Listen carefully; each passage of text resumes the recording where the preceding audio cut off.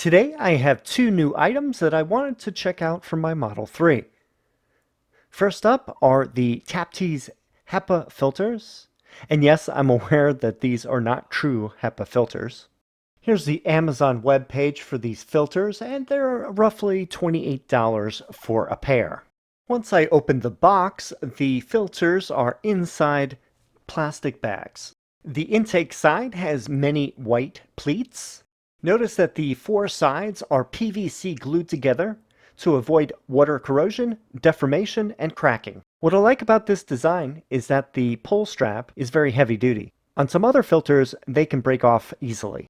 The other side has activated charcoal to absorb impurities and odor. All around the outside edge is foam so that air does not get around the edges unfiltered. Along with the two filters is a bag containing a plastic pry bar, and this is used for removing trim pieces and trim clips when we install the filters. And it includes a screwdriver for removing the screw on the filter cover. And lastly, there is a handy instruction pamphlet with the installation steps and photos. Next, we have an interesting item. The person that is selling these on eBay sent me one to try out. This is an oversized thumb screw that replaces the original Torx T20 screw for the filter cover. This will make installing the filter much easier when opening and closing the cover door. Now let's go to the car and get these installed.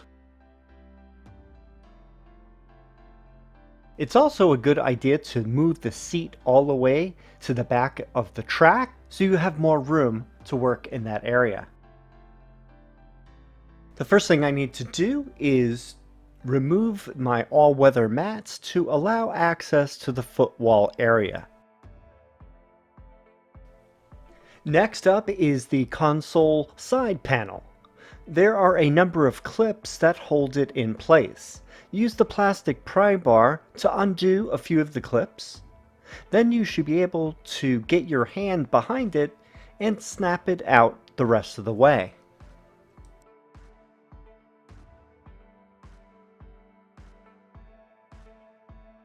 Now I need to remove the panel from under the glove box. There are 4 trim clips that need to be removed. Use the plastic pry bar on these too. Pull them all out, and the panel should come out. There are 2 wires connected to the panel for the light and speaker. I unplugged them for easier access in this video. You don't really have to unplug them. You could just wedge the cover under the foot area and you should be fine. There is an orange power cable that needs to be moved a little bit so that the filter can be reached. Carefully unplug the snap holding it in and move it slightly away. Now I can clearly see and get to the filter area. The arrow is pointing at the filter cover. And my finger is pointing to where the screw is at the top that needs to be removed. Use the included Torx T20 screwdriver to remove the screw holding the cover on. Honestly, this is the worst part of the install since the screw is hard to reach at the top, and there isn't a whole lot of room for your hand to maneuver in this space. This gives you a good idea of the size difference between the screws. With the screw out, take the filter cover off. And the 2 old filters are inside here. Pull up on the tab on the top filter and then pull it straight out. It does so fairly easily. The next one needs to be pulled up and then out. It's a little trickier on this. Now for the new HEPA filters. Insert the first one so that the white pleats are facing towards the front of the car. Then push it in and it will fall down into the cavity. The strap is plenty long to grab when it needs to be replaced. Now place the second filter in the same direction and insert it straight in. It's also easier if you hold the first filter's pull strap down.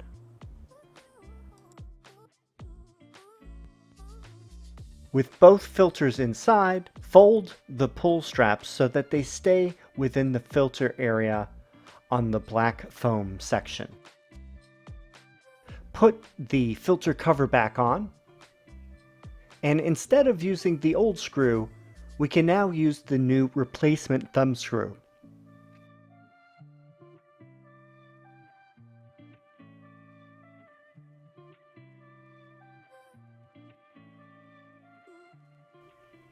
At the top of the cover, there's a hole right next to the edge.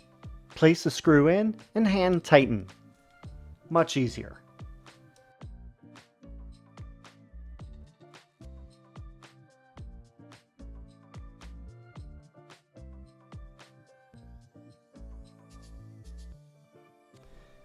And yes, it feels secure. Let me get a little bit closer so you can see the thumb screw installed on the filter cover.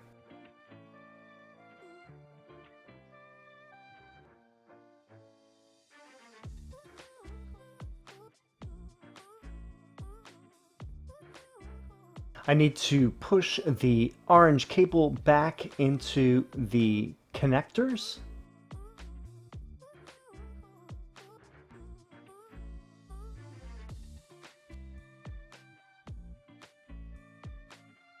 There it goes.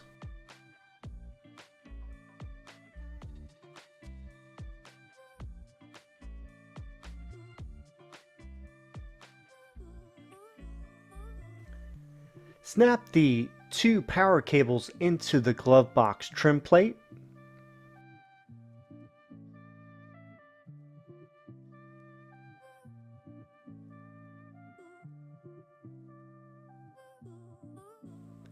And then place it back on. Use the 4 trim clips and push them in.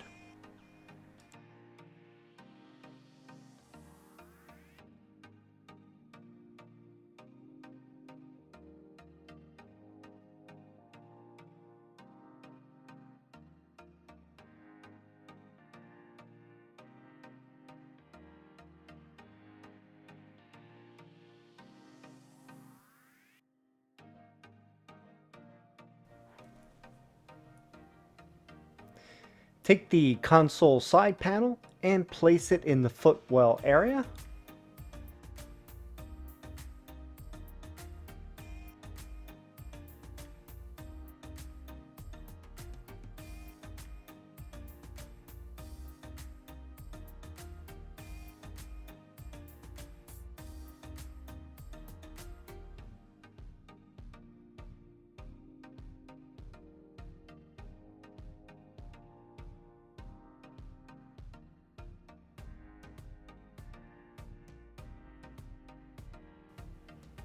And you can now snap it all along the top and bottom of the piece.